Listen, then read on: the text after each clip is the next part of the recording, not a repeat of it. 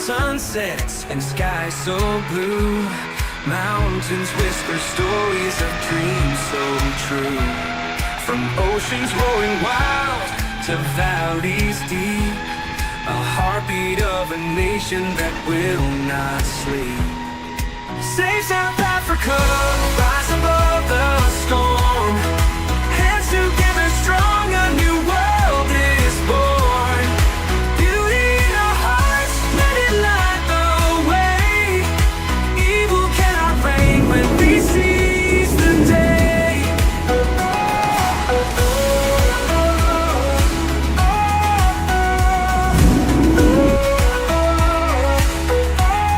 The people sing louder than shadows can scream.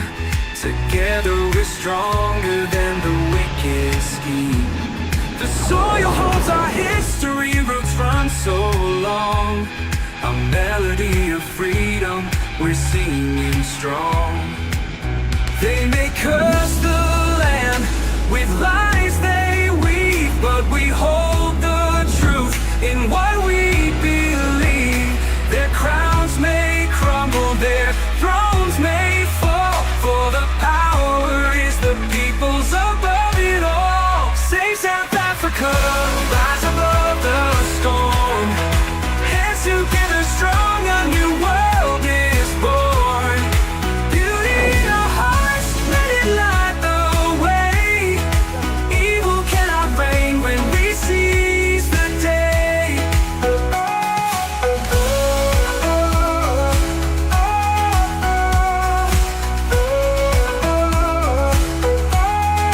People sing louder than shadows can scream. Together we're stronger than the wicked scheme. The people sing louder than shadows can scream. Together we're stronger than the wicked scheme. The people sing louder than shadows can scream. Together we're stronger than the wicked scheme. The soil holds our history, roots run so long. A melody of freedom, we're singing strong.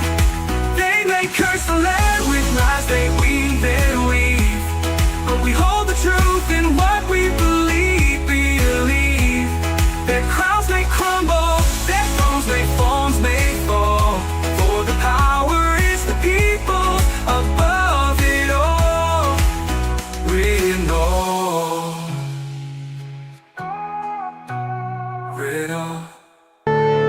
Marvin Devine. I'm saying bye to all the lies and all the times you cried, saying that I wasn't right, yet I was right by your side. You manipulator, playing games, your friends commentators, and I don't know what you say about our private conversations, but it's got them hating. Thanks to all the rumors you be claiming. It's cool, I'm done with you, so they can throw you a celebration. You gon' hate it when you see me with somebody living better. I'm trying to tell you that me just doing me gon' have you jealous.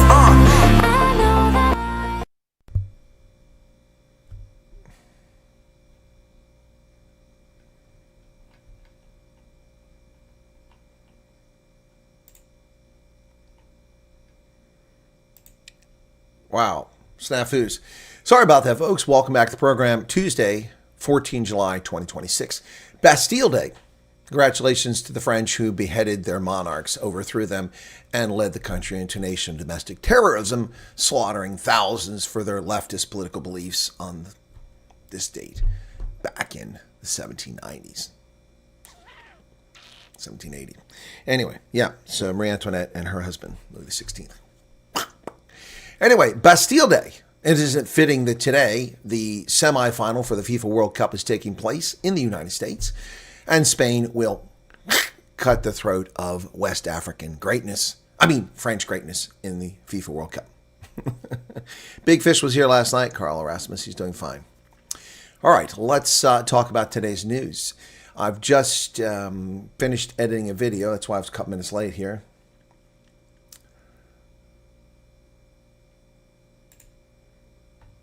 That's a better title. That came up a better title than me. Yep. So I'm just I'm publishing that now. So it's while we're doing the news. I just finished editing. It's a longer video talking about the media's obsession. Snippets, thank you for 35 rounds. Sawabona. Okay, well, Zulu's going nowhere. That's all I know, Snippets. Sawabona. I do see you. Thank you for joining us today. From the meadow. Okay. Yeah. All right, so I've got some obligations coming up in the next week that are going to keep me away from the live stream for a little bit.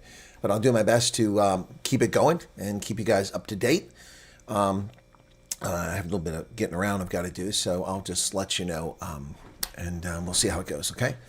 All right, so yeah, Angry Santa practicing for Christmas. That was me on the Caledon zip line down there in the Western Cape. Loretta, I didn't get much sleep. I went to sleep at 4:30 and was up at 7:30. The Comcast technician showed up. I've met him before. He'd been out here previously on time.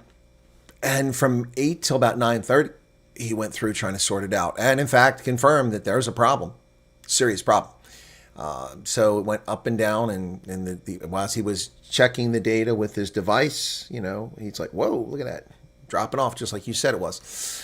He went outside, and the hack job that a previous technician did was a mess in the box, which is sealed. They had a seal on it. It hasn't been broken since they were here previously, the technicians from the cable company, and there were too many cables, far too long. The leads. The contact line was too long, which meant you couldn't get a good connection into the, because it gets pushed back out. You can't screw it in all the way. So that was a problem. Then he came in, and when they worked on my house before, they had not mounted the bracket properly, so that wall mount was loose. On the inside, the cable was loose. On the outside, the cable was tight, but it spins around, so it really wasn't accomplishing anything. He took care of another thing, found a line out there where they'd done a hatchet job. They'd cut the end of the fiber, and then the wires there, the loose wire, that goes around the braiding cable, was just there, interfering, connecting. It wasn't crimped off and removed.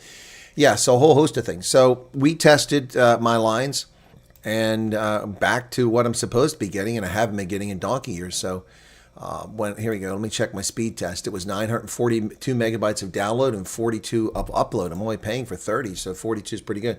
So let's just look and see as I do a check right now and see what it's doing. Of course, I'm drawing data, so it's not going to be that high, but it's still coming in pretty strong for the download. Let's see what happens on the upload in just a moment. So it might be fixed, but I don't trust them. I'm not going to hold my breath on this. Yeah, it's just went out over 900 megabytes per second download. And yeah, the total is 909. The upload is coming in at 34, but then I'm using at least 5 of that right now, so we'll see if it goes higher, because I'm transmitting at this date out now. So 36.75. Yeah, let's see. Come on. There you go, 36.48. So yeah, so for the moment it appears to be fixed. That's good news. Megabytes per second. Yeah, good question there. Thing of now, this is bytes, kilobytes. No, it's megabytes per second. Immigrants apparently blocked from attending Florida State colleges and GED programs. Good. Criminal alien invaders should not be going to anything. They should be getting no benefits. They should be not employed. They should not be hired by anybody. They should receive no medical care. They have no business being here. Medical care is not a human right, and they should not be clogging our systems. They should go back to their own countries instead of coming here as economic migrants and violating, hey, Joy, where you been? Instead of violating our sovereignty. All right? Okay, so. All right. So, make sure I didn't miss a super chat. I saw the first one there. All right. And yeah, there we go. Righty, let's get to the news. The war is back on, ladies and gentlemen. In case you missed it, the war is back on. U.S. attacks Iran. Yep, sure have attacked Iran. And Tehran retaliates across the Middle East, threatening to return to all-out war. Well, good. Let's get it done with. U.S. launched strikes early today, hours after President Trump vowed to reinstate an American blockade of Iranian ports and charge ships for safe passage. The latest exchange of fire leaves in tatters an interim deal meant to pause the fighting. Well, the Iranians have no intention whatsoever of adhering to any agreement. It's simply buying for time like they always do. Meanwhile, they plot to murder people. They fund terrorists in Hamas, the Houthis, and Hezbollah, murdering thousands of innocent people, destroying economies. Yeah, it's time to deal with this threat once and for all. Trump says that fighting with Iran has resumed as he orders a blockade and tolls. Now he's the Haotang e-tolls. No, I don't want New York Times. I already have it. After several days of strikes, the president notified Congress that fighting had begun and announced shipping fees that his administration previously deemed illegal.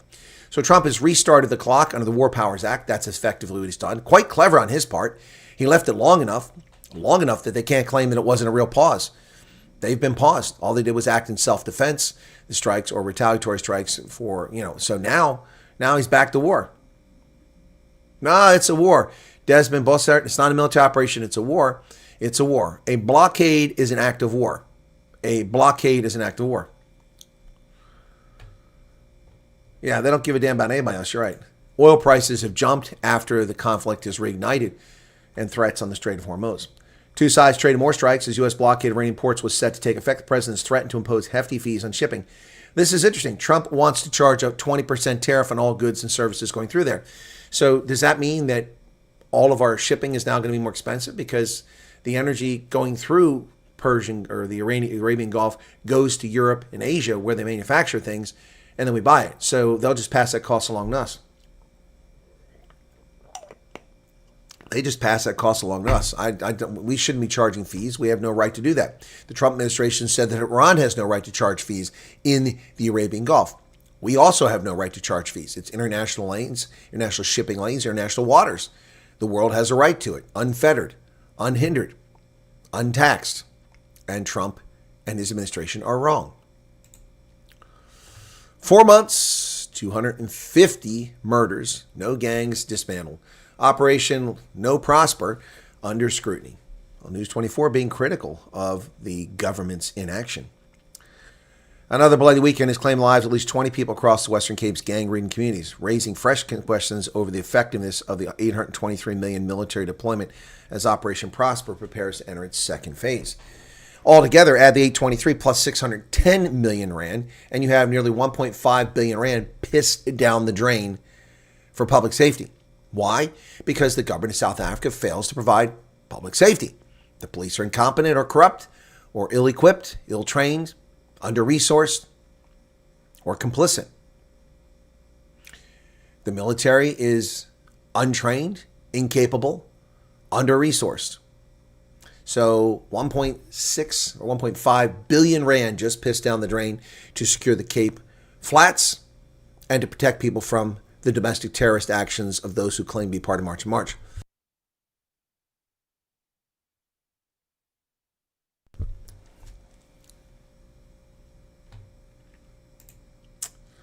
The latest killings come as Police Minister Feroz Chachela acknowledged that no gangs have been dismantled since they deployed in April.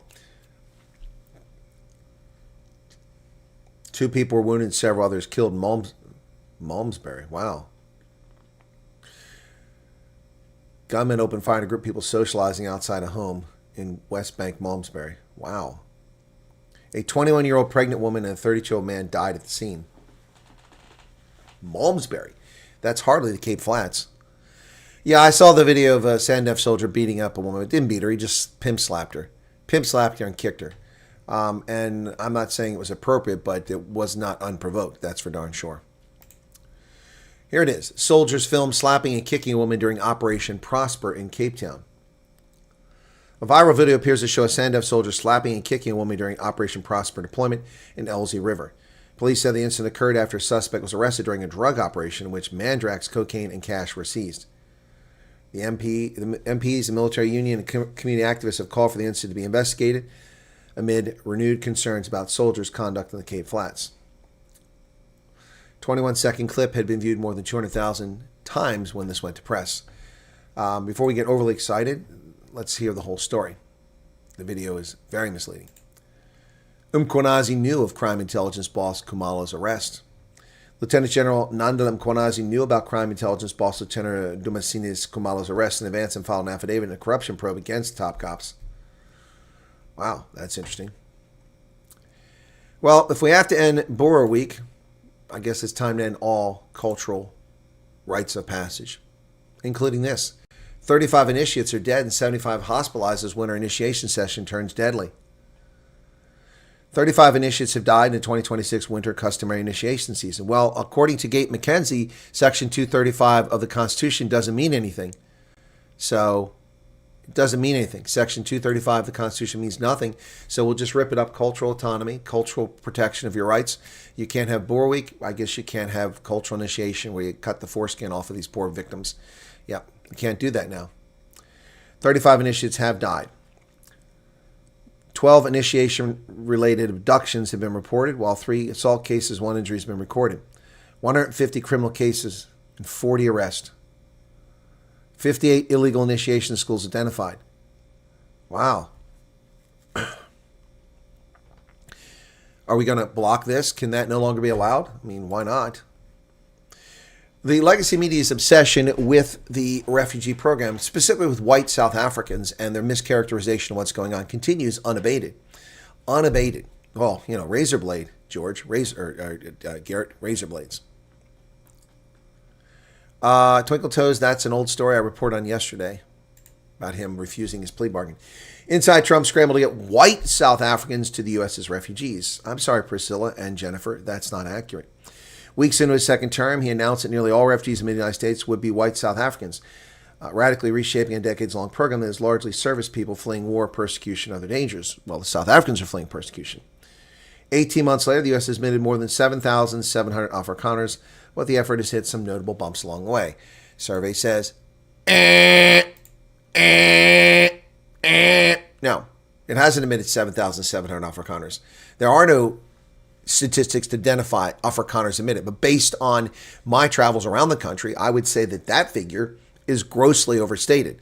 Of the 8,000 plus South Africans admitted, probably about 4,800, maybe 5,000, are actually Afrikaners. But I thought it was for white farmers. It's not for white farmers, and it's not for whites, and it's not for Afrikaners. It's for Afrikaners and racial minorities. Now, this story talks about that, but they cite experts who claim that the people coming over are not victims of persecution, but merely discrimination. Well, I have interviewed lots of people and met many, many others, and I would say that balderdash, their obsession is misplaced. Misplaced. Well, the task team is saving 400 process jobs because the communists are more concerned about jobs that accomplish nothing than profitability. The union's opposed process plan to retrench more than 600 workers, citing South Africa's worsening unemployment crisis. Well, why don't you cite the ANC's corrupt political policies and failed macroeconomic policies? That would be much more helpful. A task team established to find alternatives to retrenchments at Passenger Rail Agency of South Africa, a state-owned enterprise, is making steady progress, cutting the number of affected employees by half. But have they increased any efficiencies? Have they made it profitable? Have they reduced costs? No. You're just going to keep a head count. Well, a royal shakeup in the royal family of Zulus. Yes.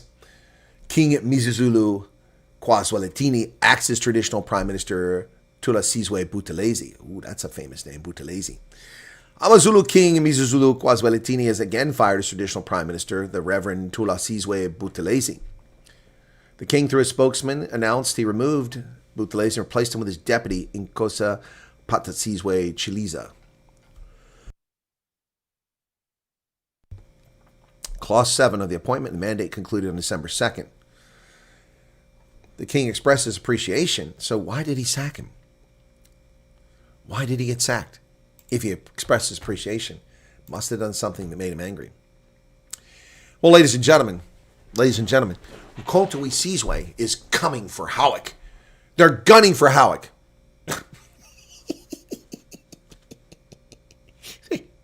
They're gunning for Howick. Seriously. Wow. MK is coming for Ubgadi. Chris Pappas says he's ready. Pappas says a message for the MK party ahead of November's local government elections. We are not scared. As Umgeni mayor launches his re-election bid, he also defends his DA salary top-up, dismisses Salga as a waste of time, and insists that nobody from Resolve Communications Tony has ever tried to influence him. Yeah, no doubt. Nice fellies, by the way, with blue souls. I've never been approached by Tony's company or any company like that. I've been offered things in the past, and you reflect on it and say, actually, that person was trying to bribe me because his job is to listen to a wide range of people and stakeholders. Not actually, he does exactly that. But when it comes to crossing ethical lines, that's where listening stops, and where it's obvious, then you have to take it even further, whether it's criminal charge or whatever. The 35-year-old was one of South Africa's youngest mayors when elected in 2021. He's also one of the DA's poster politicians and leads the only DA municipality in KZN. At the helm of a 110,000 resident municipality, one of the smallest in the country, he has managed to halt the downward trajectory of local municipality. Yep. He says he doesn't go to the South African Local Government Association meetings anymore because you'll sit with an agenda and for 3/4 of the meeting you'll talk about councillor salaries. I think it's largely a waste of time. It's not a champion of local government.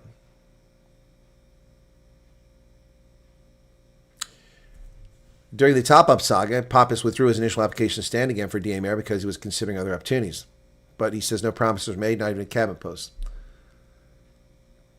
So he's reconsidered. So now he's running for mayor again.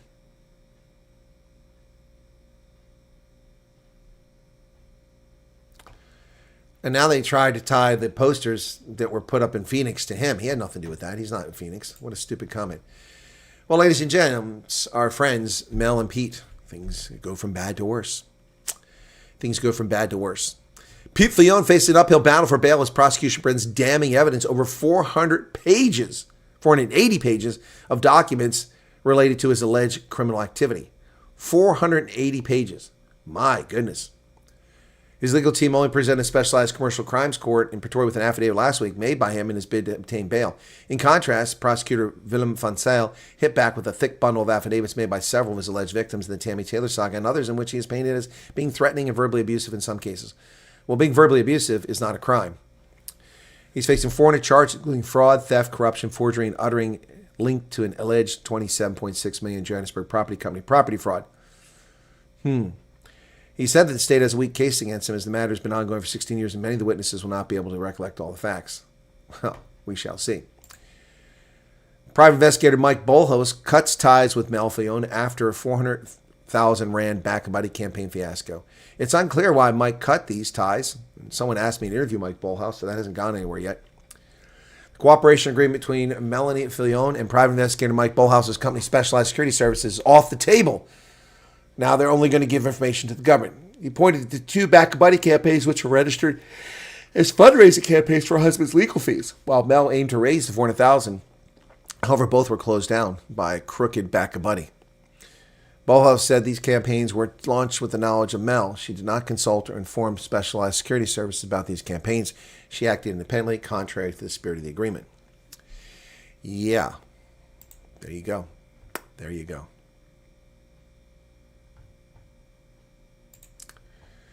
Dieter Gerhardt, a communist spy who spied on South Africa, has died at the age of 90. Dieter Gerhardt, a pivotal figure in the anti-apartheid struggle, became a high-ranking traitor and Soviet spy, has died at the age of 90, reigniting debate about his controversial actions and motivations. Former South African Navy Commodore Dieter Felix Gerhardt, who commanded the Simonstown Naval Dockyard before being unmasked as one of the Soviet Union's highest-ranking spies in apartheid South Africa, died in his home in Noordhoek on July 8th. He was 90 years old.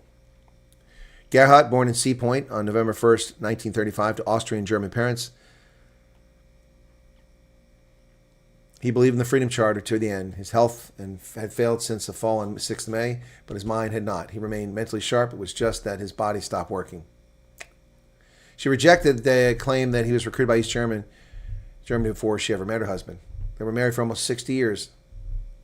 They spent a stretch in separate prison cells, both convicted of high treason for an act whose motive is still argued over today.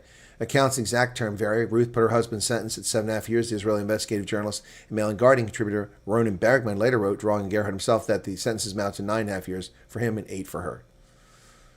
His father had immigrated from Germany 5 years before his son's birth, and the family spoke German at home. In 1940, the elder Gerhardt was interned as a South African nationalist sympathetic to Germany and released 6 years later. Wow. So he was a spy. He was a spy.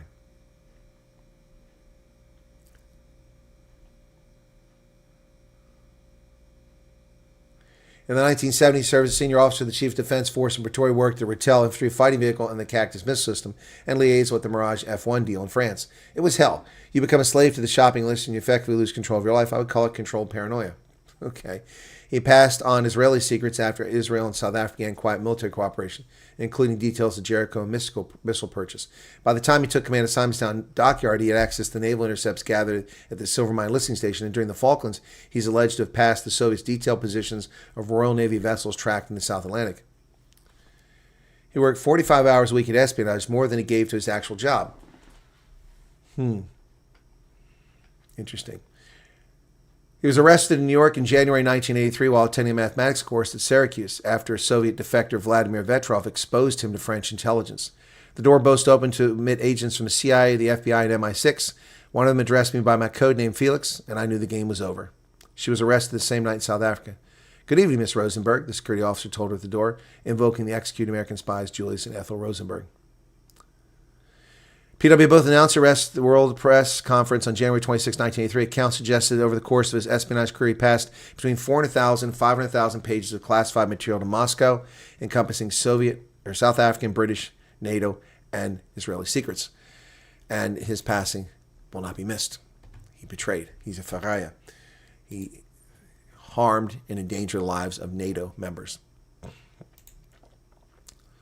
Well, Kanana Hunter says that Ghana is stoking an anti-South Africa campaign. It's not about xenophobia. They are trying to supplant South Africa as the leading state in Africa, which is comical. Ghana's economy is a fraction of South Africa. Its population is a fraction of South Africa. Well, it's half of South Africa's. Ghana is not going to supplant South Africa.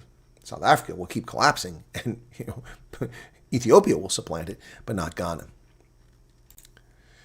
Musi Maimani says South African municipalities are failing because accountability has collapsed. Well, he has a point, but I would argue it's not simply accountability. It's also competence, ineptitude, pervasive corruption, cater deployments, patronage, and racism, as well as failed macroeconomic policies and failed tax collection. It's not just accountability. Well, J.P. Peterson says be patient with Vusi Moyo, the fly half prodigy.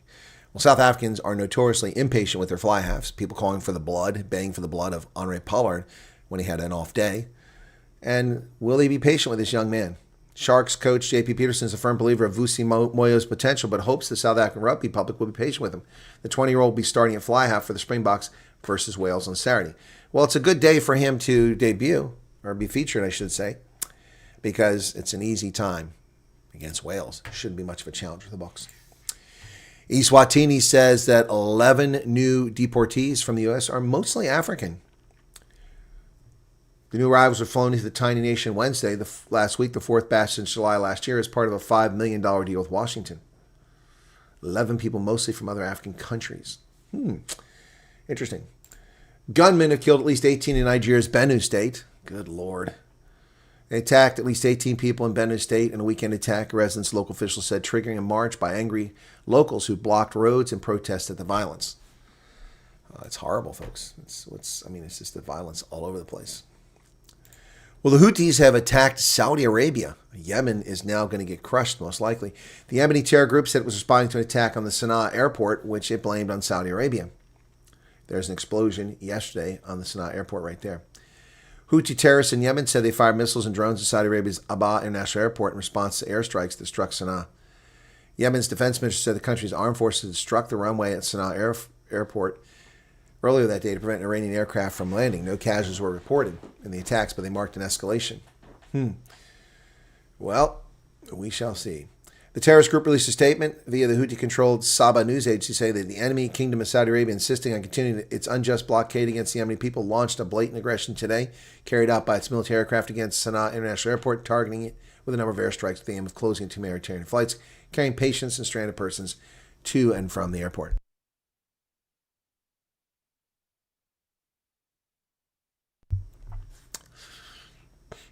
But it was an Iranian plane carrying a Houthi delegation. That's what the firing was for. Deadly fighting rages as the battle for Hormuz intensifies. The U.S. military carried out more strikes with explosions in Bushehr, Bandar Abbas, Mashashar, and Abadan. Iran says it attacked Kuwait, Bahrain, Jordan, as well as 2 oil supertankers in the Strait. America is striking back against Iran with drones, sea drones.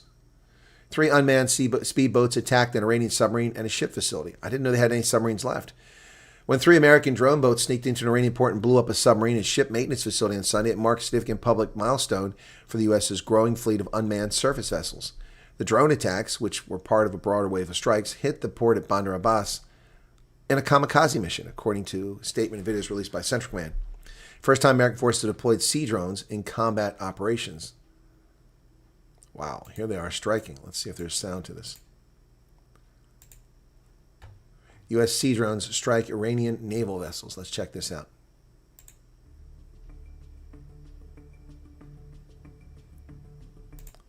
Wow. There you go. Unmanned.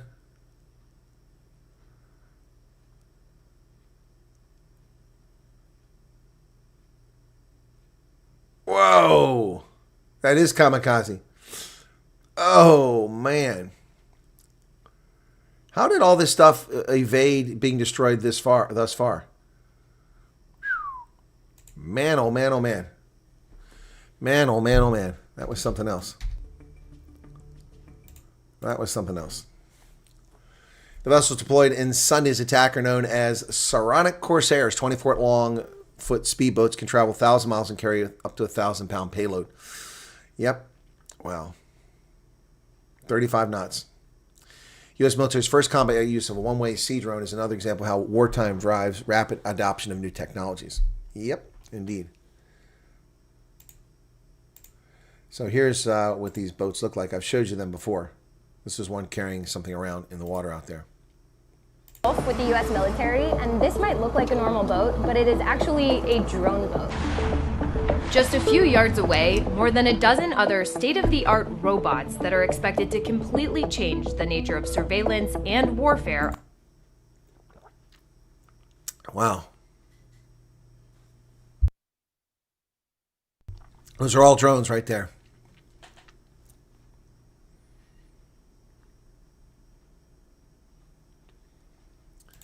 Pretty wild. Task Force 59, that's the drone organization. Wow. Pretty interesting stuff there, huh? Wouldn't you say? Jurassic Park star Kiwi Sam Neill has passed away at the age of 78, having suffered from cancer and then recovered, and just a few months later passes away. Legendary New Zealand actor Sam Neill starred in Jurassic Park and Peaky Blinders, died in Sydney at the age of 78. Lindsey Graham was in poor health, apparently. An aortic tear. The death toll from that Bangkok music bar fire has risen to 30, and dozens remain hospitalized. Horrible situation there. More than 70 people were injured in the Sunday night tragedy, with 24 of them still in critical condition. The blaze at the Rong Beer Na Lad Prao bar, the deadliest in 17 years, broke out shortly before midnight. Horrible situation there in Bangkok. The United Kingdom is designating Iran's Islamic Revolutionary Guard Corps as a terrorist group, just as the United States has long ago done. UK authorities have linked the IRGC and its proxies to a wave of violent plots on British soil. Britain will declare the IRCG a terrorist group and place sanctions on the organization. The IRCG, a terrorist group,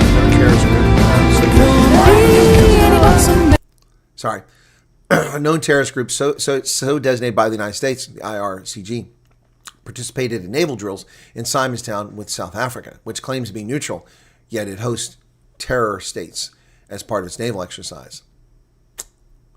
Here's your favorite actor. Well, he wasn't my favorite actor. He was all right, but sad to see him go. Why does that keep happening? Sorry, folks, that happened again. Hungary's parliament has passed a law to remove the president in a shakeup. Hungary's parliament has approved a constitutional amendment to oust President Tamás Szoljuk, who Prime Minister Peter Magyar says is a puppet of the former Premier Viktor Orban. Legislation is part of the Magyar's drive to dismantle Orban's bastions of power, for which he says he received a strong mandate from voters. The center-right Tiza party ended a 16-year-old Orban's nationalist Fidesz party with a landslide election in April. It would be a betrayal of the Hungarian nation if we did not touch this constitution. Wow. It passed with 139 votes and just 6 against it in the 200-member parliament. Wow. Crazy. Erling Haaland returned home to Norway a hero, and rightly so. He and his Norwegian teammates were welcomed home by tens of thousands of ecstatic supporters in Oslo on Monday with their historic World Cup achievements. Norway's reached the men's World Cup quarterfinals for the first time in the country's history, beating 5-time winners Brazil in the round of 16. Star striker Haaland saw his global fame reach new heights as he scored 7 goals in Norway's first World Cup campaign in 28 years. Footage posted on the team's Instagram showed players and staff crowding around the plane's windows to look at the Norwegian military jets escorting them back. And he got off the plane with a stuffed raccoon drinking from a whiskey bottle. I have no idea what that's all about. Yeah, one night in Bangkok makes a hard man humble. No doubt about that. Erling Haaland has a stuffed raccoon that he brought back drinking from a whiskey bottle. I don't know what that's all about.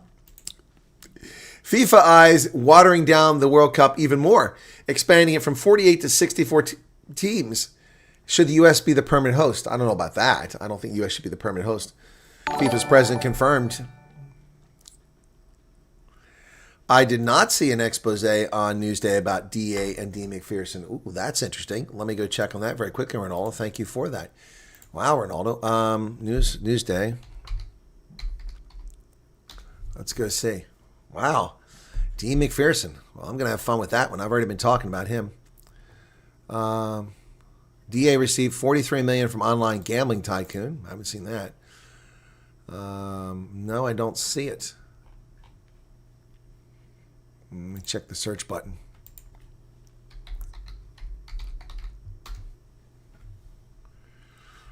And the slow return of data. No, there's nothing here. You'll have to send me a link. Unless it's part of that. Oh, it is. Oh, online gambling. Okay, gotcha. Okay. DA received $43 million from online gambling tycoon. Is that the story, Ronaldo? Okay, thank you. I'll read that after I'm done here. Oh, yeah, Giselle's beautiful. Bitter ender I've introduced to everybody, but I haven't covered her stuff in a while. 48 to 64 teams. Okay, let's see. Ladies and gentlemen, it's the 2030 FIFA World Cup. This year, Monaco, San Marino, the Marianas Islands, and Italy failed to qualify for our FIFA World Cup.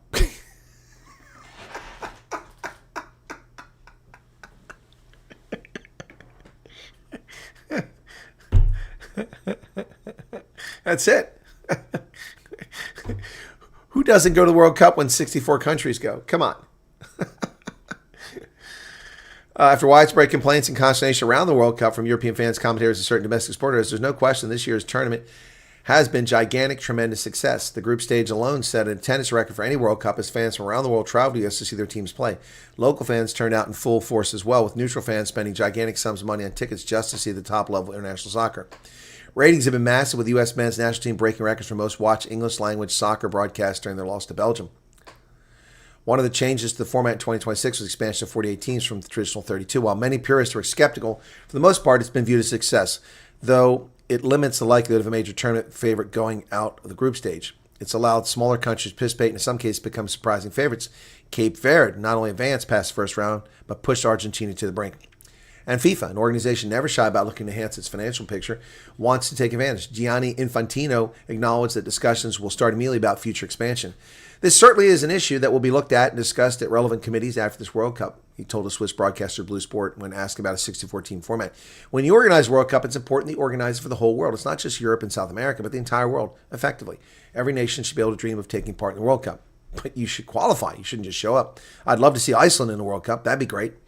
Iceland would be fantastic. Wow. There are two major issues with the rise to 64-team format. The years-long qualifying format will become a bit of a farce, as virtually every big country would now easily qualify. And for those same angry Europeans, how many countries have the number of venues necessary to hold a 64-team tournament in just over a month? Well, it's pretty much just the United States. A World Cup that large could have 128 matches. If FIFA continues with a 32-team second round, and if they want to keep the current length of necessity given the club season schedule, that's 128 matches in 38 days. If FIFA used 16 venues to host the current 104 match, expansion would likely mean another 4 stadiums, pushing it to 20. UK has 11 stadiums with a capacity of 60,000. Spain has just 5, with only 1 over 60,000. Germany has 4, while Italy and France have just 2. So you'd have to combine Spain, UK, and Germany to reach 20 large venues. The US, meanwhile, has 75 stadiums with 60,000 seat capacity. It's the advantage of being one country, minimizing travel hassles between the UK and continental Europe. With that many large modern stadiums that don't require significant updates, FIFA can sell the most tickets while minimizing costs to the host nation. Yep, Should the U.S. become a permanent World Cup site? I don't think so. Thank you, Corlia, for giving that membership to Mr. B. Appreciate that. President Trump has formally notified Congress that the war is back on. These renewed strikes were limited, measured, planned, and executed in a manner designed to minimize civilian casualties, he wrote in his letter. The letter's dated 10 July. He ordered the military in action on 7 July after Iran attacked several neutral flag commercial vessels. United States ground forces are not involved in these strikes. These strikes are limited, measured, planned, and executed in a manner designed to minimize civilian casualties. But an attack nonetheless. Trump has threatened to strike on Iran's deep-buried Pickaxe Mountain nuclear site. He warned Iran to be ready as he threatened an underground complex in Nantes. We're watching it closely. We see no activity there. We're not doing well with that nuclear situation, but we'll probably give Pickaxe Mountain a shot relatively soon. Well, so much for not telegraphing your offensive operations. Capitol Police have, President Trump, by the way, is meeting with Iraq's prime minister at the White House right now. Capitol Police arrest the man with a handgun at the North Barricade of the U.S. Capitol. You see firearms drawn there. He's driving a Bronco. U.S. Capitol Police arrest the man at the Capitol's North Barricade who they said had a handgun. CNN captured a video of the man being taken into custody. It shows 6 officers surrounding an SUV, 2 of whom have guns drawn, and pointed at a man emerging from the driver's side with his hands above his head. And he is black. He walks backward. Okay. 67-year-old Wendell Royster has been charged with carrying a pistol without a license and no permit.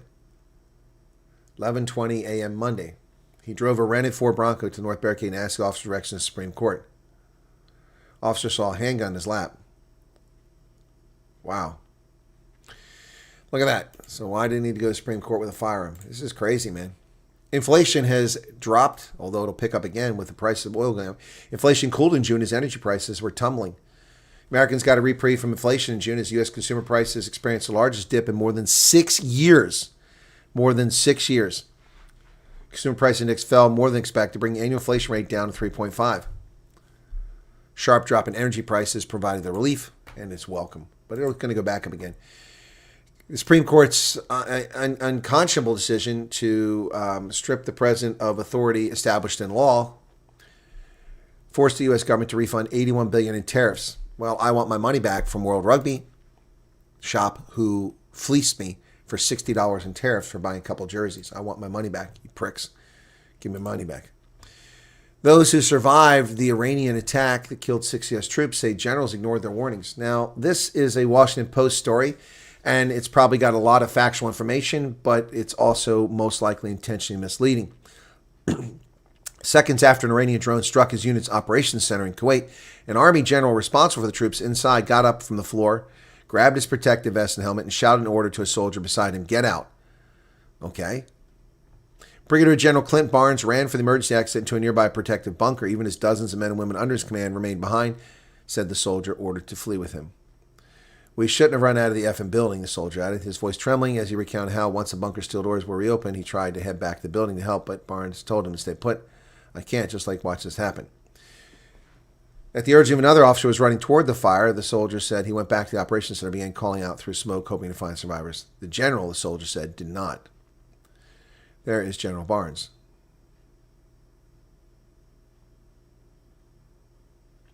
Brigadier General Clint Barnes, according to the soldier, was cowering. Looks like a National Guardsman based on a patch. Cowering. Meanwhile, his boss, Major General John Hinson, both being accused of ignoring intelligence about the base being vulnerable. There's John Hinson. He was a 2-star. This is when he was a 1-star. I don't know either of these gentlemen. Don't know either one of them.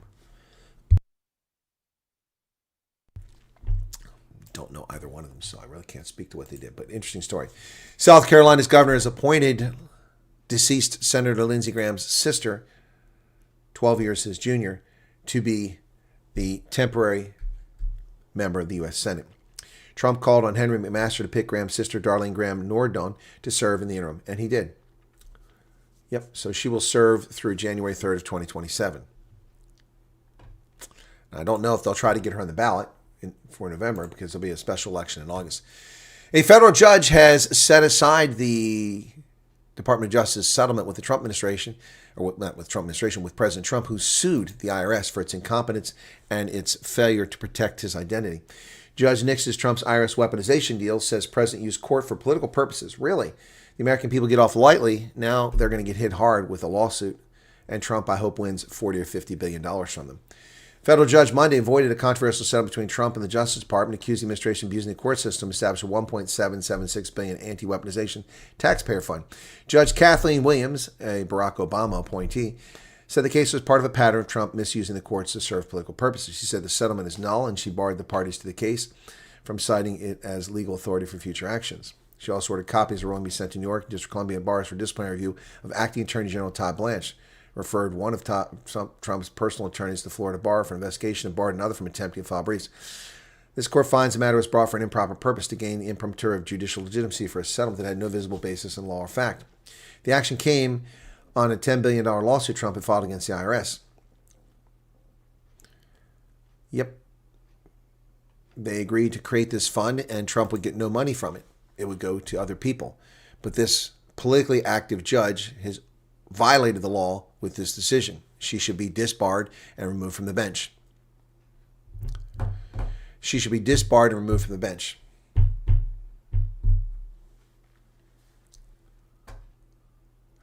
This action was never about a party seeking judicial resolution of legal issue or factual dispute. That's a lie. The IRS hired contractors who dug up President Trump's personal tax returns in violation of federal law, which they didn't protect him. The IRS didn't protect him. They gave this person access. He then gave it to the New York Times and disclosed President Trump's personal financial information. That's a felony violation under federal law. The IRS failed to protect him. The lawsuit has merit, and I hope that President Trump now refiles his lawsuit since this decision is set aside and sues the federal government for $100 billion. $100 billion. $100 billion. Yep.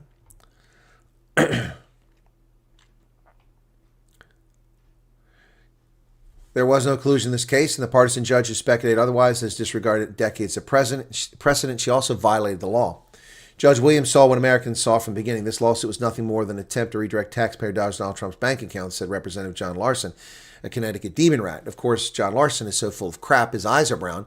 The money wasn't directed towards Trump. Trump gave up asking for $10 billion settlement, which he's entitled to, and instead had a settlement that went to other people, not to him, average ordinary Americans. But these demon rats want to preserve their fiction of a insurrection on January 6th, 2021. And they'll do anything, including using corrupt judges like this to do it. So this woman needs to be disbarred and removed from the bench. President Trump says the Strait of Hormuz could generate $200 billion annually. Well, great for the federal government, so they'll just waste more money on people who come over here instead of reducing the size of government. His proposed 20% toll on commercial shipping could generate nearly $200 billion in revenue. He announced the concept Monday after months of rejecting Iran's plan for tolls. Brandon Daniel, CEO of supply chain AI company Exeger, told the Post the annual volume of international commerce was between $880 and $970 billion before the war started. So that could be 176 to 194 billion per year if trade stays the same.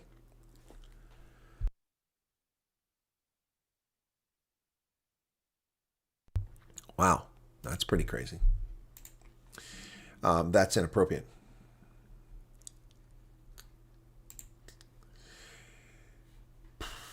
United Airlines is facing a lawsuit from a passenger who got ripped off over window seats, where there were no windows.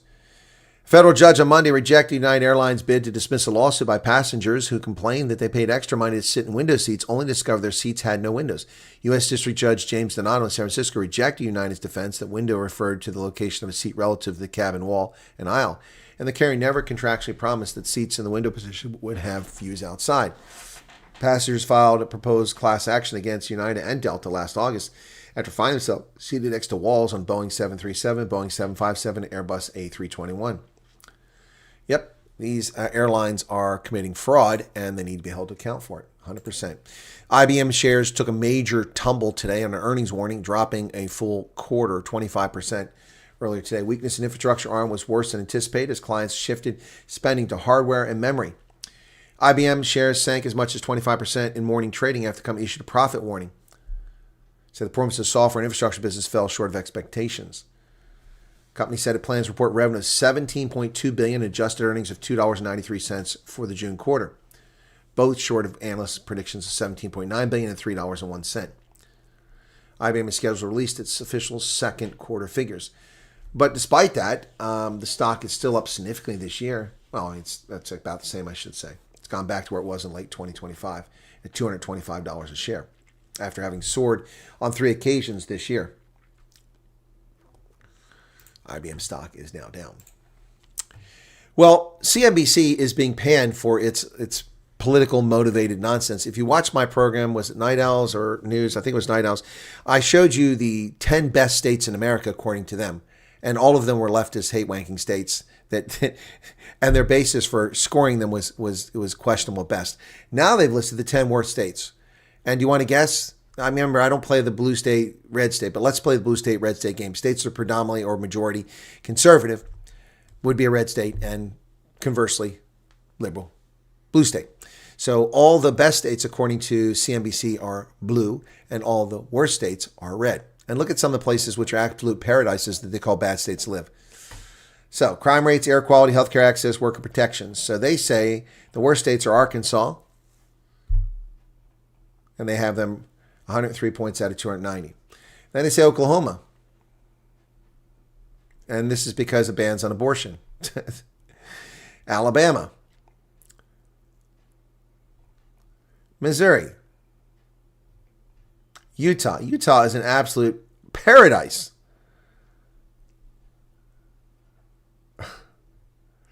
The state minimum wage is $7.25 an hour, covers just 16.5% of the cost of living for a family of 4, according to Oxfam America. Oxfam is a horrible institution from the United Kingdom that misleads people who give money to it. A family of 4 isn't supposed to have a breadwinner working a minimum wage job. If you're working a minimum wage job and you've got 2 children and you're married, well, then you're failing in life. You're failing in life. People are making $20 an hour at McDonald's here, making $18 an hour at Amazon plus benefits. So that's a non sequitur. So Utah, which is paradise. Utah is paradise. Absolute paradise. Georgia. I just came from Georgia. Oh, it offers few protections for LGBTQ plus people, making it one of the least inclusive states. Oh, piss off. Piss off. Louisiana. Indiana. Indiana is one of the best places in the country to live. They're saying that they have poor child care there. Texas. America's worst place to live is Tennessee. Are you serious? Tennessee is one of the best places in America to live. What's wrong with these people? Oh, they make no apologies for rash of state laws targeting LGBTQ plus community and bathroom law. So that's why they say Tennessee is the worst. But that's okay, folks. They've been widely panned for this. CNN survey mocked after top 10 worst places to live are all red states. CNN faced a wave of online mockery Monday after releasing its annual quality of life rankings, which exclusively placed conservative and red states in all 10 spots of the worst place to live, even as official census data shows some of those states are leading the nation in population growth. Critics quickly took to social media to call out the outlet for what they allege is blatant liberal bias embedded in its ranking criteria. Counting down the 10 worst states, I just mentioned them, all 10 states Republican-led and voted for President Trump. CNN is placing increasing emphasis on quality of life, one of the 10 categories of competitiveness. It's our annual ranking of every state's business climate. Bullshit. Bullshit. The metric it favors heavily in ideological policies, explicitly penalizing states for lack of protections against discrimination or restrictive abortion laws, which I just covered. Some states offer exemplary quality of life, but these 10 states do not make the grade, CNBC said. What a crock. Look at that. That's Utah.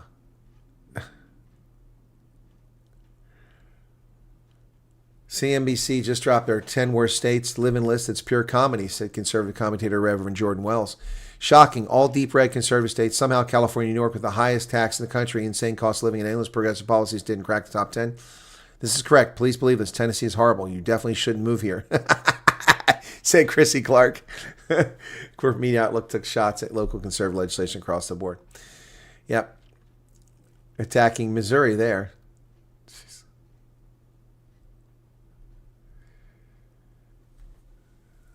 If you hate not paying income taxes, law and order, parental rights, smaller government, school choice, the Second Amendment, criminal illegal aliens being arrested, here's another garbage list from mainstream media. Representative Lance Good in Texas posted. Actually, I noticed something else. This list is a bullshit list that has nothing to do with quality of life for sane people, counter-conservative activist Robbie Starbuck, a Tennessee resident. Starbuck, known for successfully leading major corporate boycotts against over-the-top DI policies, added, "It's all predicated on far-left BS. Our states all gained population while your state lost a record amount." Media personality Patrick Bet David cited the net migration gains of the states CNBC criticized, noting that Texas added over 67,000 and Tennessee added over 42,000 people. Georgia and Alabama also saw major population influxes. He's leftist, man. So let's take a look at the U.S. biggest companies, all right? According to data, the current size of South Africa's economy is $480 billion a year. I question whether that's truly the size. South Africa's entire country of 63 million people generates less than $500 million or $500 billion of GDP. Okay? These are the largest United States companies, biggest companies by revenue. Walmart, which has retained the spot for the past 3 years, and 2 years, it dropped. Amazon now is overtaken Walmart. They've changed places. United Healthcare and Apple changed places. Then McKesson, Alphabet, CVS Health, Berkshire Hathaway, ExxonMobil, and Cencora. Now let's take a look at the revenue. Walmart, in 2026, Amazon is the largest U.S. company with $717 billion in revenue. Walmart is second with $713 billion. Those two companies, Walmart and Amazon, have triple the revenue of the entire country of South Africa. Two American companies have triple the GDP of South Africa. NVIDIA doesn't have that much revenue. No, NVIDIA's revenue is, I think, less than 100. Maybe it's over 100 billion. Let's see, NVIDIA revenue. NVIDIA revenue for 2025 was 130 billion. Yeah, no, they're nowhere near that list. It's not valuation. This is revenue. This is economic contribution. Amazon and Walmart produce 3 times as much economic output as the entire country of South Africa. Wow. So the United States trade situation is changing. Let's take a look at this chart. U.S. trade. The biggest shifts in U.S. trade. Well, the U.S. has added $39 billion to its trade with Taiwan, $18 billion with Vietnam, $16 billion with Mexico, $9 billion with the U.K. But everyone said the U.K. was falling apart because of Brexit. Yet it's increased trade with the U.S. in an era of tariffs. Hong Kong, $7 billion. South Korea, $7 billion. Malaysia. We've reduced trade with Australia, Germany, Canada, significantly, $22 billion. Switzerland, $36 billion. Ireland by $44 billion. That's devastating for Ireland. And $49 billion from China. Look at the losses there. The United States is doing well. And that, ladies and gentlemen, is the news for today. Oh, so the same place that over the same weekend finally tied the knot, had their version of blackout public. I have no idea what you're talking about, Hoppy. Huh? Oh, Tay-Tay. Oh, New York. Yeah, gotcha. So an Irishman jokingly complaining that Elon Musk is richer than the entire island of Ireland. He is. Microsoft doesn't have revenue that high. They're in the, I think they're in 100 and some revenue, 100 some billion revenue range.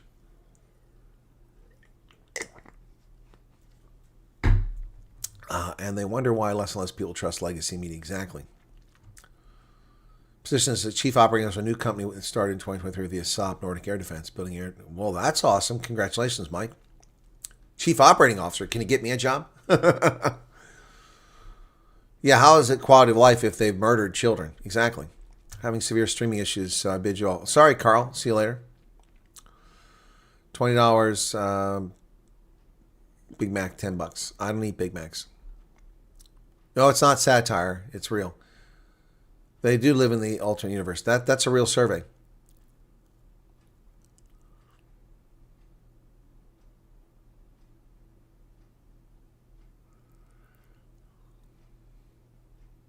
Old wants him to sue for 700 business when you hit the debt ceiling. More than likely, the rest of Africa is turning their backs on this commie demon. Yeah, Ghana is. Nigeria is. The African Union's even taking exception. Iran is done fixing those 3 holes of pickaxe, which says U.S. penetration was put back in. Okay. All right, interesting, Domino. Thanks for watching. The courts were used against Trump. That's correct. Oh, Ronaldo was here at 12 till. Okay.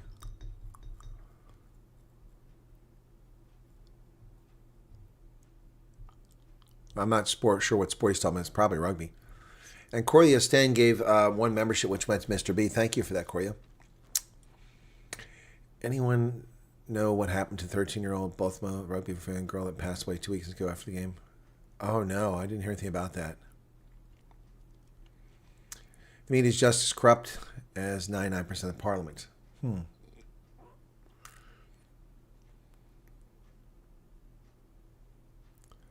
I didn't know about somebody dying in a rugby game.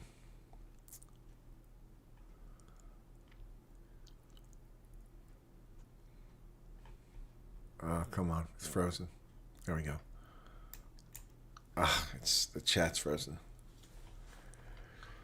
Oh, that was Ronaldo with D. McPherson. Yep. Thanks for that, Ronaldo. 19 Bangkok. Okay, I'm caught up now in the chat. Yeah, Justice John Roberts. He's betrayed the Constitution too. What are your thoughts on data centers are popping up with alarming speed? I think it's concerned they're popping up with alarming speed, but data centers are necessary. They're necessary. They are. It's a necessary evil. The world runs on this stuff. That's why, I mean, my channel so out of whack for the past week because I had no internet. Now it's back. It's working. But, you know, these data centers are necessary. They are. It's just the way things are. We need them for advanced medical research. We need them for chip manufacture. We need them for medical device manufacture. We need them for processing, you know, lots of things. For space travel, we need these data centers, unfortunately. Yep. Don't know if you saw South Africa vote against Russia in the UN General Assembly. That is strange. I didn't see that, Dan. What were they voting against them on?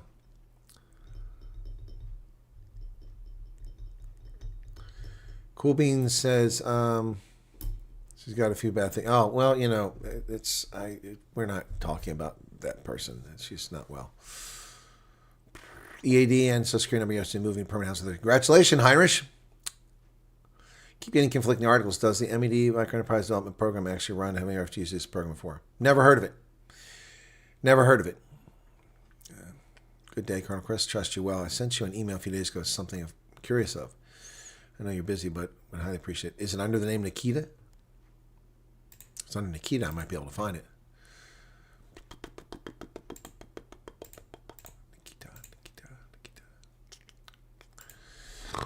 Excuse me.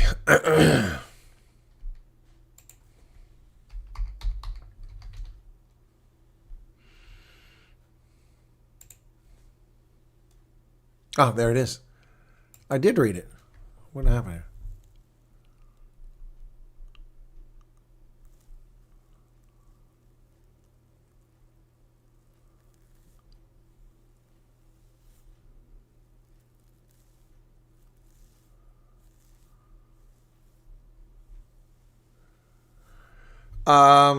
Can I answer your question on air, Nikita, or do you prefer that I answer it in private?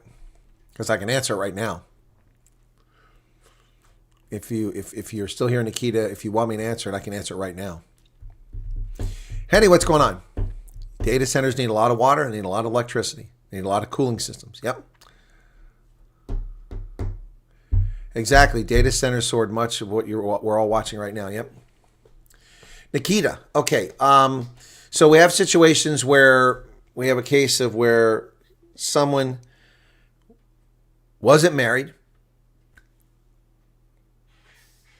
The male's newlywed, they're married now, is ineligible because he holds a foreign passport in safe haven. So he applied, ineligibility letter. She is an Afrikaner, I assume, or she's a minority South African. She was approved. Now they're married. He has an ineligibility letter. She is eligible. What happens now? Well, I'm not sure. Common sense would say that, well, she should be able to amend her case and add him to it because you don't break a family apart. Well, by the same token, I could see where officials say, well, that's all sounds fine and dandy, but we are not going to allow people to manipulate the system. You can't just run off and marry somebody that's got 2 passports so they can come to America as a refugee. So I don't know what the answer there is. But I don't know why.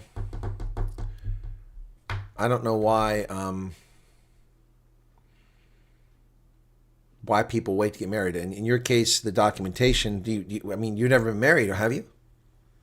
If you've never been married, what does it matter? Dog to vet, but it died from wounds, huh? Oh, you took a dog vet. All right, Hasigi, take care. I didn't even know you were there, man. Hey, Hasigi, pizza party, welcome to you. Did you receive the email I sent this morning about my daughter and her husband? Yes, I did. Didn't I not respond?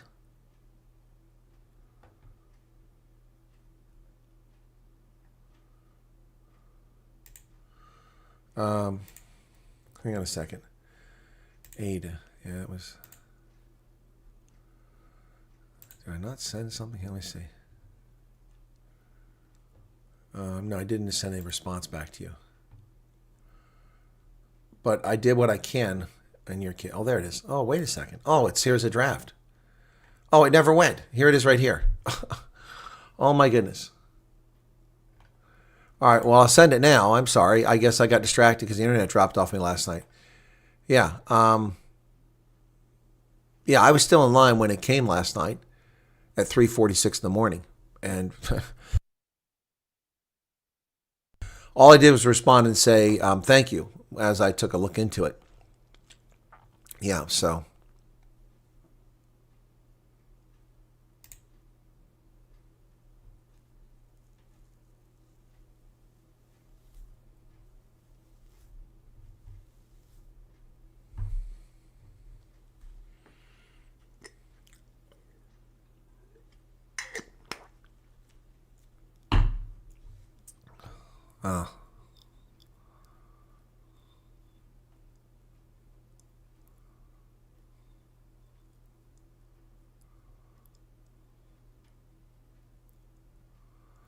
Okay, so the person who received an eligibility letter, a very thoughtful 67-year-old who wrote to me, didn't take offense at my response. I thank you for that. No, I'm going to stay because none was offered and none was taken. That's good. And she thanked me for my candor and forthrightness. I mean, in a case like this, someone who's so nice and polite and understanding, I almost wish I could approve the case for her. Yeah. So, yes, Adable, I did get it. So, okay. Fatson, I got, at the time, got married a week before our person interview, then we combined our two cases one. Yeah, well, that's Balooey, but once someone's already received an ineligibility letter, it may throw shade on that because you could say they just got married to get a green card, like people do, but it's not a green card, but to become a refugee. Oh, there you go. It's on the website, the conditions about marriage before applying. Okay, last domino, I don't know about that. I didn't see that on the website. I never saw that. Which website are you talking about? On the U.S. Embassy website? More than a year at the time, so no cheating system. Yep, exactly. Cool Beans says, fell asleep watching the clips. Yep. Second interview in April, still interview, holding strong. Okay, hang in there, Auntie. Okay, Loretta, if one spouse, a married couple, gets denied, can the other spouse reapply on their own? Plus, would they have to divorce? Okay, Loretta, you're asking a lot of questions that I'll have answers to. I'll give you the common sense answer to it, okay? First off, we don't know who got denied, okay? See, that's the problem here. That's the problem. You don't know what the ineligibility is. The case is ineligible, not the person, okay? Not the person. See, I think that's a misconception by people here, okay? Someone on the case is ineligible. In fact, let me go explain what I'm talking about here. Let me find this folder real quickly here. Give me a second here. I'm going to pull up the letter. Come on, it's got to be here soon. Close. Where's it at? There they are. Okay, so let me pull up a letter here. Here is an ineligibility letter. This is why the use of the term denial colloquially is fine, explain it, but it doesn't help with the situation. Okay, so here we go. All right, let's look at this. Notice of ineligibility. Case number. And the names and alien numbers under it. The case is what is ineligible. The case. There are 5 people on this case. Which of these 5 people is ineligible? Or are all of them ineligible? I don't know. I don't know. Then why do you need the marriage certificate? What's that all about? I don't understand why you need that. So this is a case that's ineligible. And this is where people are getting confused. So people tell me the one person got approved. No, they didn't. That's not true. Everyone in this case was was ineligible. We don't know if was it the main applicant, the husband or wife, and then the other one. We don't know. So how can you do this? I suppose look, I'm saying if you are on a case that was denied and you're willing to go to America with your kids without your spouse, and they're okay with that, and you were not the primary applicant and you think you're eligible, I suppose you could reapply without the spouse, hoping that that's the reason you didn't go. But I mean, you don't know, right? You don't know. Is it possible to make it before the fiscal year end as we are doing medicals soon in August? Why not? The fiscal year ends 30 September. That's 2 months. You're doing medicals in August. I mean, depending on where your case is, you could get over here. Confirmed that I've arrived in North Carolina last Thursday. Social Security meeting Thursday. Wow, fantastic. Glad to hear that. Right, Belouie. That's why I say anyone can just get engaged and in the program just get married. Yeah, that's why I say I'm not sure what the rules on that are.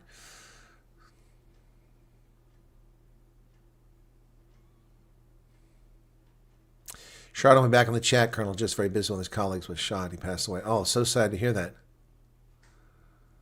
Why am I up at 2:30 a.m.? Answering your emails. Answering your emails. That's what I'm doing at 2:30 in the morning. That's why I did another stream at 3 o'clock. I now have got my 11,000 back down to 8,110 unread messages in the account associated with this channel. 8,110 messages. So that's what I was doing last night.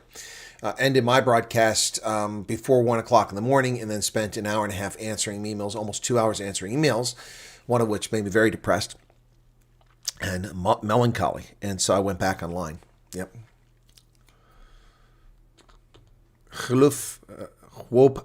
I see your comment. I didn't see any other comments from you, but not all the comments show up over here in my streaming software. Sometimes they get missed. Okay.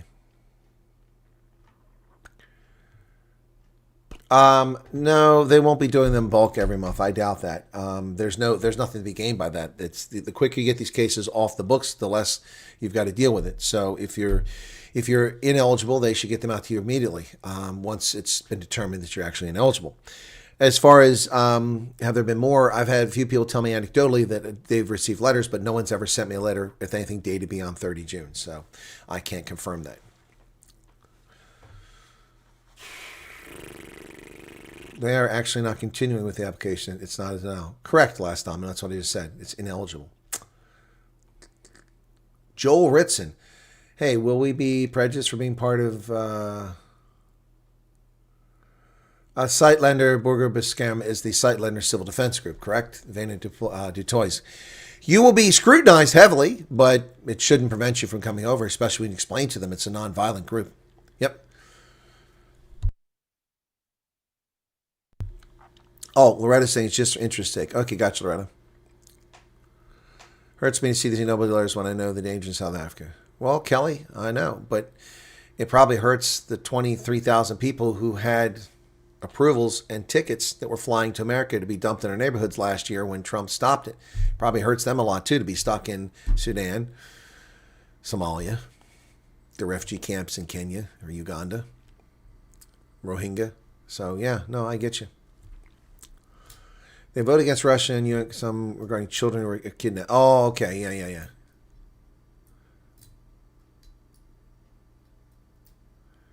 Yeah, and I heard she claims people got letters being processed again. What's her evidence of that? What's the evidence of that? Do they have a message from USCIS saying they're reopening their case? And how did that happen? Was it explained how that magically happened when it says you can't appeal it? Or is this a claim that the I-602...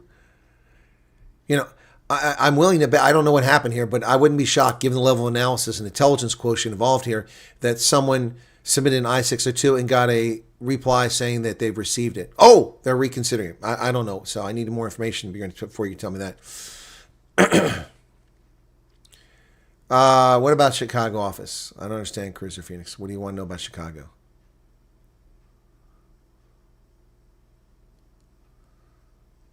Egypt and Ethiopia, things are pretty calm right now. Yeah, I talked to Dante about week and a half, 2 weeks ago. He's doing much better now, but things aren't perfect for him yet. Oh, Pizza Party, that's one account. My other personal account, which people keep sending email to, and I don't know where they get an email address from, but it's not exactly state secret, but I tell people not to do it because it gets ignored. I don't answer refugee email questions or anything unless it's, related to the broadcasting in my personal account. That one, at the beginning of July, had 24,000 unread messages. I got it down to 1,200 by spending 6 nights in a row after broadcasting, going through my mail and going through things. But 24,000, I reduced it to 1,200. This one was 11,000. It's back down to 8,100. That doesn't even take into account the hundreds and thousands of WhatsApp messages I get. And then I get jerk-offs who are disrespectful and rude because I don't give them all my time. Well, I don't work for that person, and I don't know who the hell you are. You're just rude and disrespectful. And calling me the C word. What the hell's wrong with you? Where's your, who raised you? Baboons? The medical today, must say big ups to the staff. Well, that's good to hear, Reno. Can't remember the dates. I was last in states. I don't have passports anywhere. Several other important questions I don't have answers to because I can't remember. Problem? Not unless they felt you were lying.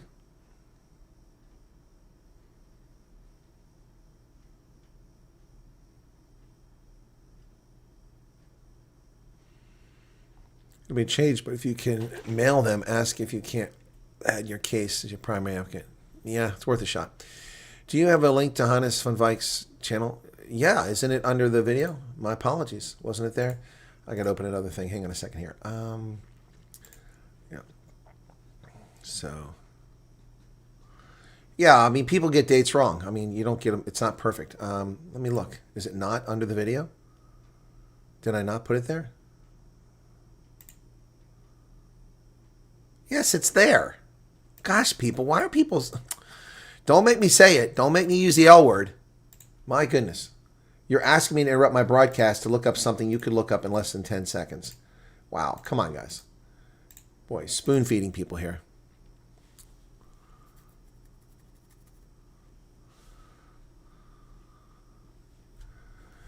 Madeline Ruiz says, so if I'm the primary applicant, my husband's in the screw-up, I'm screwed.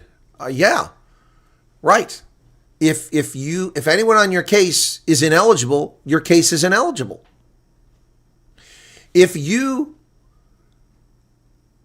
are married and you have 4 kids and one of your kids is 19 and was convicted of negligent homicide at the age of 15 and now is a 19-year-old not in prison and they deem him ineligible for that criminal conduct, then you're all ineligible.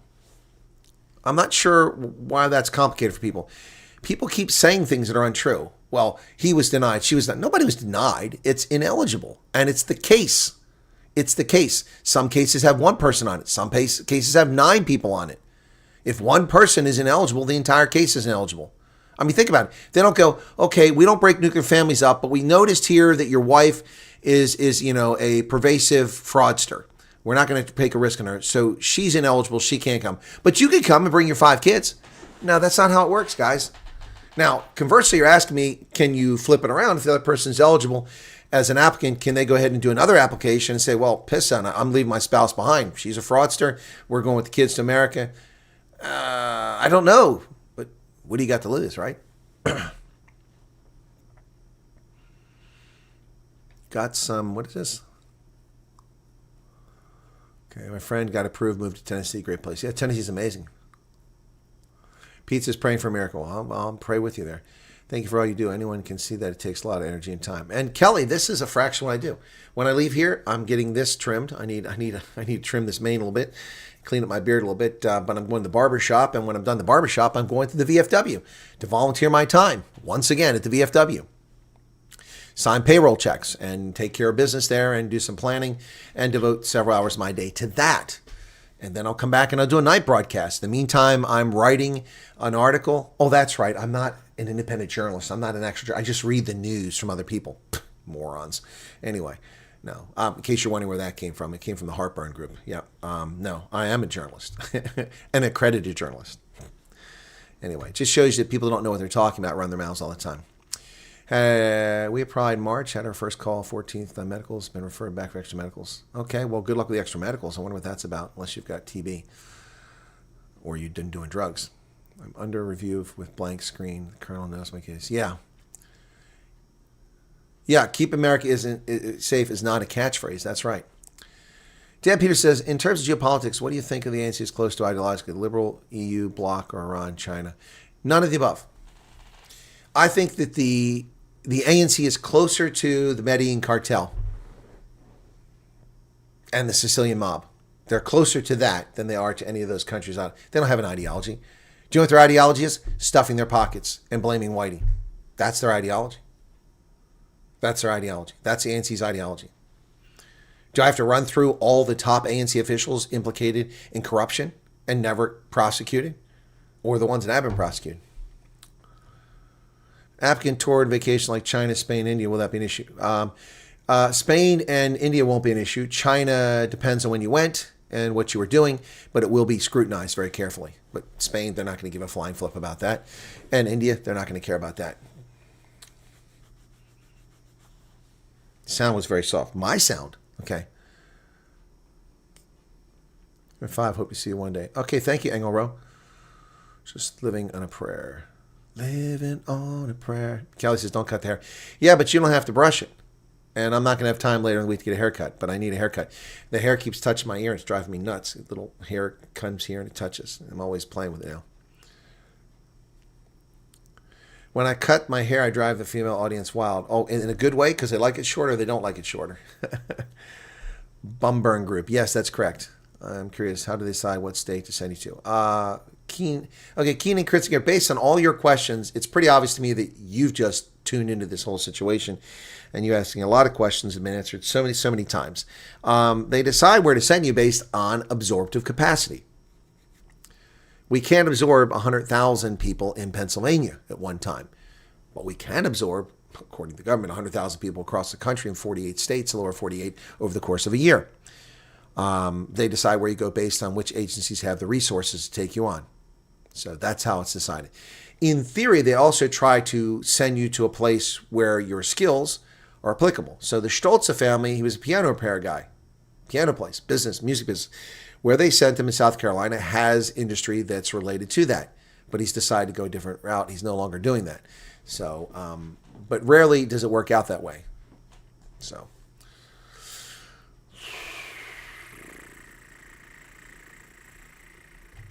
Just want to thank you for everything you do and all your patience. We're still waiting patiently for you. Oh, Loretta, thank you.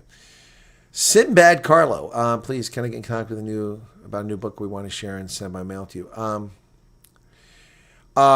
Sinbad Carlo, unless you're in America, sending it to me by mail is not going to be productive. I don't know when I'm going to be wherever you're at, but if you're in South Africa, if I'm back in South Africa, you can send it to me there or give it to me if I get back to South Africa. But I would say hold on to it for now.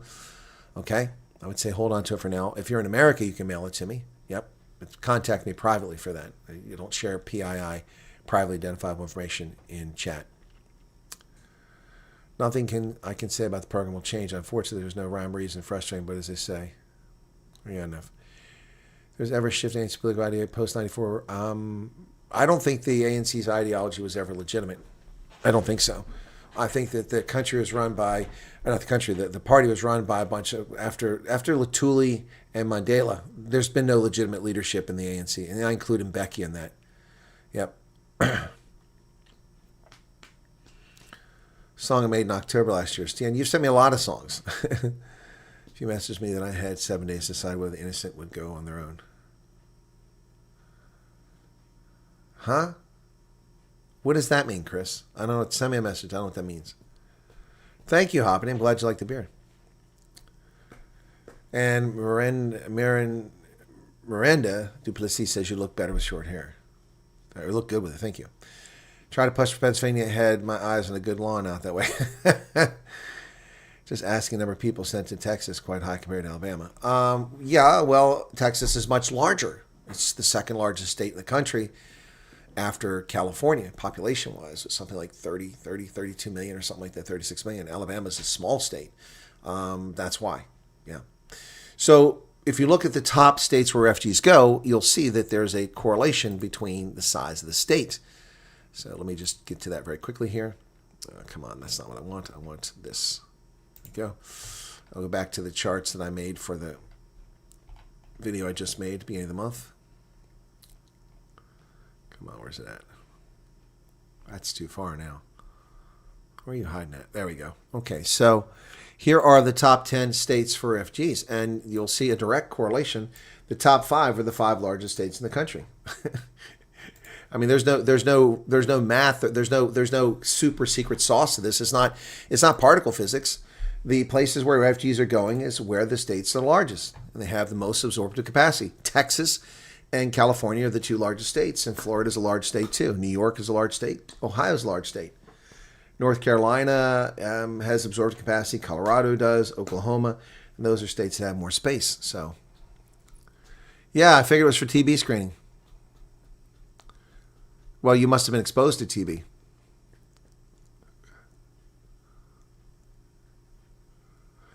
Never heard of the Fabian Society, Neff. Thanks. So there you go.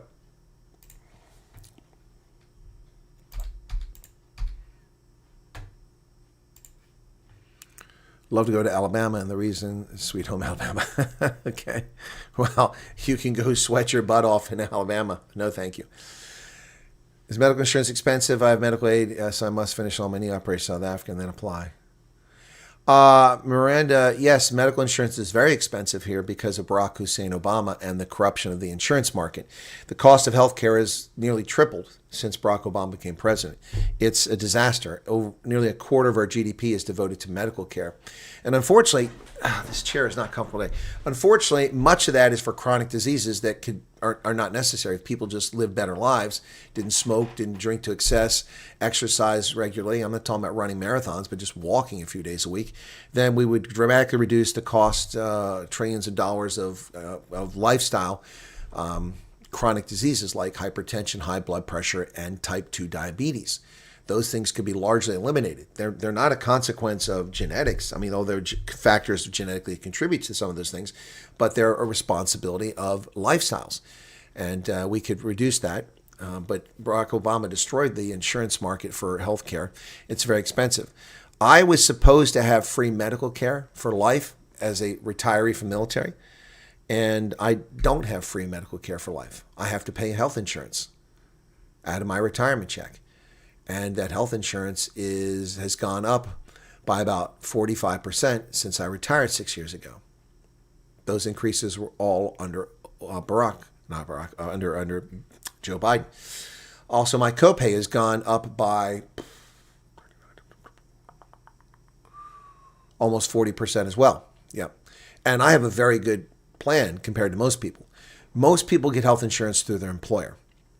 Now, the people I've been talking to, interviewed, got jobs, many of them have health insurance, but it doesn't kick in until after 90 days, after they start working, because people get fired, hired, and fired. So it doesn't always work out. But yeah, health insurance is expensive. You have to pay for health care. It's very expensive. And that's because the government has perverted the marketplace with Medicare, Medicaid, and government subsidies to people. And they've completely... I showed people a bill here I had recently. In fact, I just looked at the bill. Hang on. Let's see if I can find it.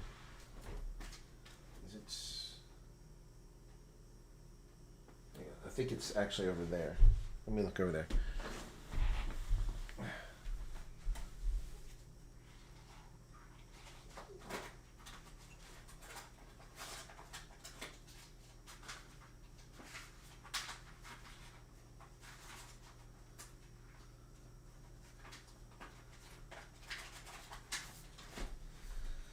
Okay. These are bills for my hip. Okay. That one I paid on April 5th. I had to pay for what's supposed to be free health care. Okay, this was a February 27th visit. Okay? And it doesn't even tell me what the hell it was for. The charge was $236. I spent less than 5 minutes at the facility. Well, I spent 5 minutes getting care, but I was there for 45 minutes. I saw the orthopedic surgeon. And for the 5 minutes I spent with him after waiting, well, no, it was before that day, I waited an hour and a half. And I was seen over an hour after my scheduled appointment time, wasting my day. The charge was $236 for 5 minutes of the doctor's time. The TRICARE, that's the insurance, paid $81 of the $236. Okay?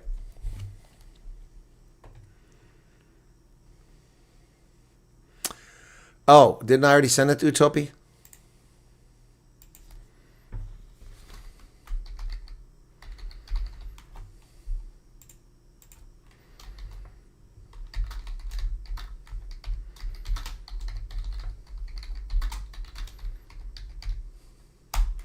I just sent it. Okay, so let's do this, okay?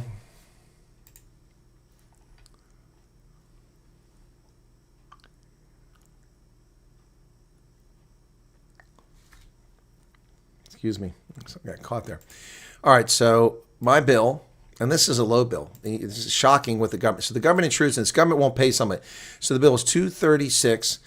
The government paid $81. That's 81.57. That's all they agreed to pay. So on a bill that's $236, the government insurance will only pay $81. That leaves $154. Of the $154 under the program, I have to pay a portion. So mine was $39 for this. It used to be $20 for one. So that meant that the insurer ate the cost of $115.43 because in order to keep the business that the government supplies to them for revenue, they have to eat the cost. So that other $115, if I didn't have medical insurance, instead of paying $39, I would have paid $236. $200, almost $197 more than I actually paid. But the insurance didn't pay that. They wrote off a bunch of it. So that's one of those. So let me see. I got another one here, I think. So here's one for $180. $180. Listen to this. The insurance is $180, right? This is for the injection in my hip. This is the 7th January. Let me see. Yeah, 7 January. They charge $180 to stick a needle in there to drain the fluid out and put that the stuff in my hip. $180 was the charge, which to me seems reasonable for procedure. The government agreed to pay $21. The government paid $21. The insurance did $21. My bill was $39. I paid twice what the government did for my health care, and they wrote off $119. Do you see how they screwed up healthcare in this country? It's all screwed up because of Barack Hussein Obama and the perversion of the healthcare market by these clowns. It's unbelievable. Yep, this is what they did. They destroyed this country. Yep, $236 for that one. Here's another one. This one's $236 as well.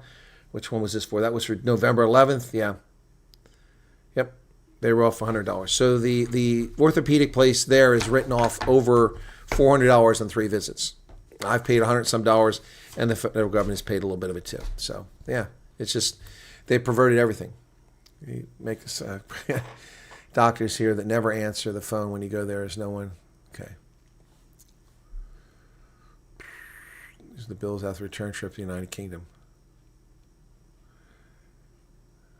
Nothing anyone can do. They didn't say there was. Just frustrated with lack of confidence. But I'll grab them. Tough. Hang in there, Neff. Okay, well, Tani, I've sent him the text. Sippy Welding Institution is what I'm very interested in. I follow them. I don't know anything about that.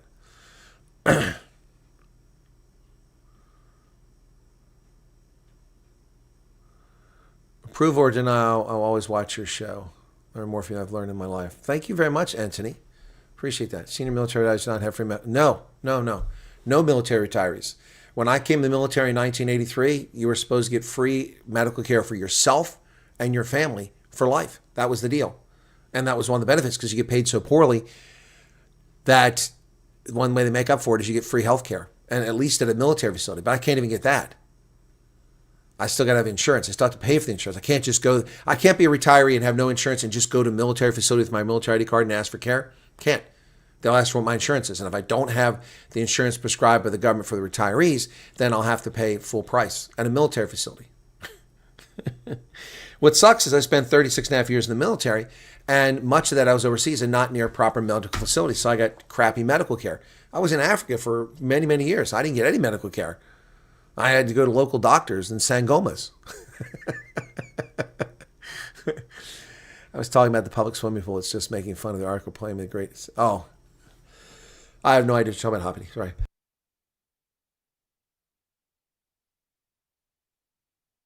Well, I got a cupboard full of rooibos tea. Kyron's hearing gunshots. Damn.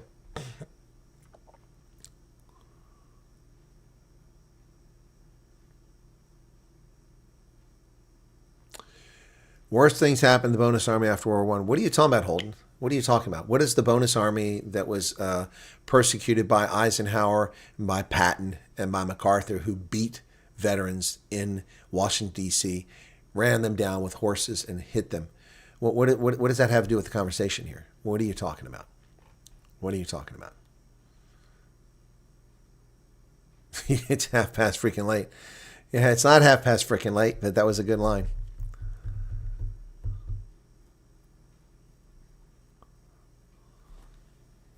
Oh, no, the medical systems are fantastic here. The care is fantastic. I mean, look.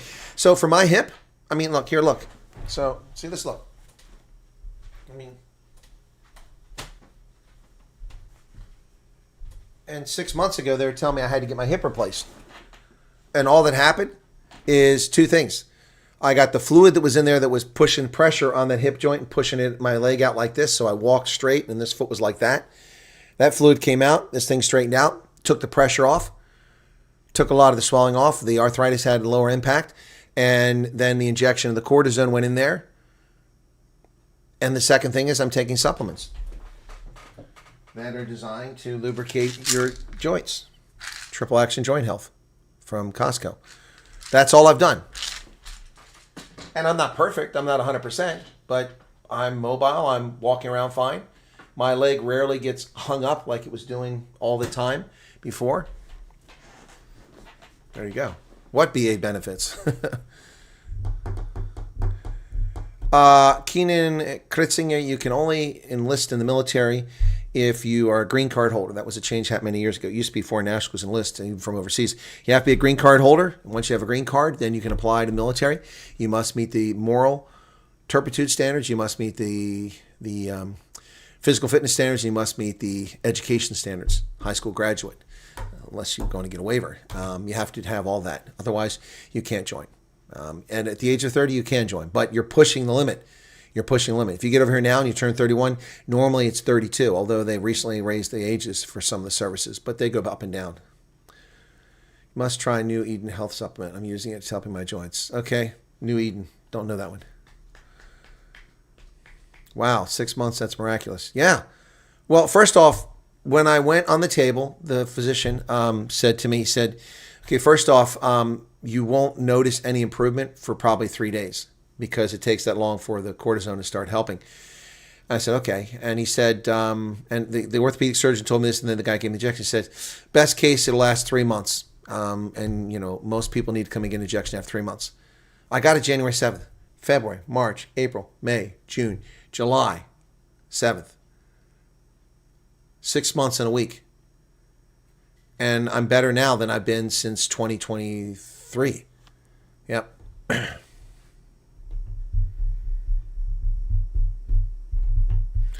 soon as I can, I'm enlisting. 27 by that time. Colonel, you had a chance to listen to the song I sent you? No, I have no idea, West Coast Bees. I don't know what song it was. I mean, I've got people send me dozens of songs. I'm sorry. I don't know which one that is. Firefighter drivers are needed. I'll do it just to help get my license. Awesome, unique cuisine too. Okay.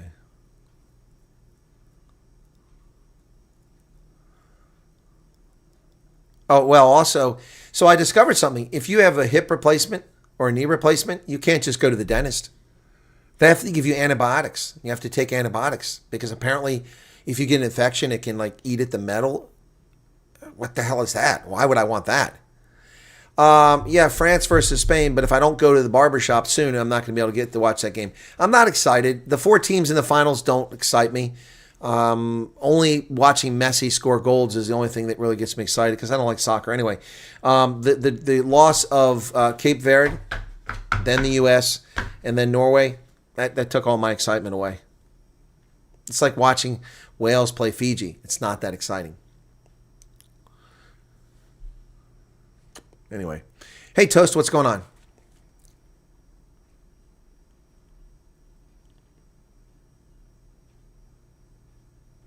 Yeah, Loretta says it's true. The infection can cause issues. Yeah. So that plus you have to, you know, I can no longer zip through security with my TSA pre because I'd have a prosthetic replacement and it would set off the metal detectors. The irony is if I, excuse me, if I go and have a hip replacement, my VA disability payment for that arthritis triples. Now, when it triples, it doesn't. That's just $100 and some more or something like that. But it triples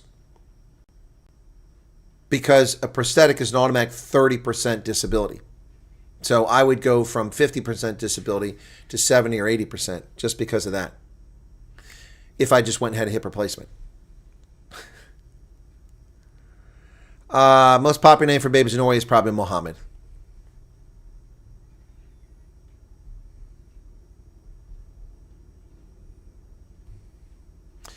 Yeah, somebody sent it to me already. Let me see.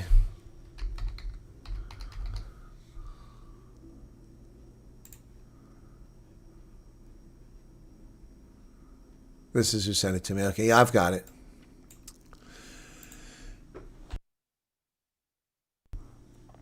Yeah, I know it's made of titanium and plastic. No, I have his number. Thank you. I looked at WhatsApp already, Chris. You sent me 35 things. I don't know what it was. Work ran a CIT. Cash in transit. Oh, my goodness.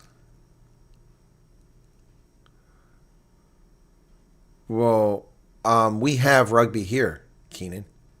We have rugby here. We beat Zimbabwe this past weekend. God, this chair's driving me nuts today. We beat Zimbabwe, and the week before that, we beat Portugal. Two of the best rugby weekends USA Rugby's had in ages. We beat Portugal, that went to the World Cup last time when we did make it, and who beat us to get to the World Cup on aggregate points in the Repage tournament, and then we beat Zimbabwe. Adrian, thank you for 80 Rand. Well, if you think that's bad, Karen, people go work for Starbucks, have dental care and eye care. I don't have that. I don't have eye care. My eyes haven't been checked in 6 years. And the almost $8,000, it's actually over $8,000 for dental care in the last 6 years, all out of my pocket.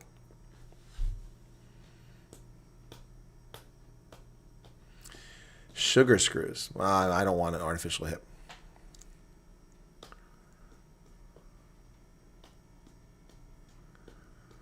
Anyway, all right, it's time for me to wrap up, folks. It's getting a bit late. Be sure to hit the like button if you haven't done it already. How are we doing on likes? We dropped. I guess a bunch of people went somewhere else at the top of the hour. 237 likes. It could be better than that. Rugby game fell into the hole because the city had no lights and signs. I didn't know about that. Okay. Hey, Cobus, how's it going? All right, everybody. Thanks for being here. I'll catch you later. I'll be on for Night Owls later tonight, and then we've got a lot going on tomorrow. I've got refugee interviews coming up. I've got one scheduled for Friday. And we may have another one Thursday. I just got to double check on that. Okay. All right. A pizza party? I don't know. You haven't got your situation. I know yours is one that's being looked into, but I don't have an answer for you. I wish I did. Pizza party. I really wish I did. Cheers, everybody.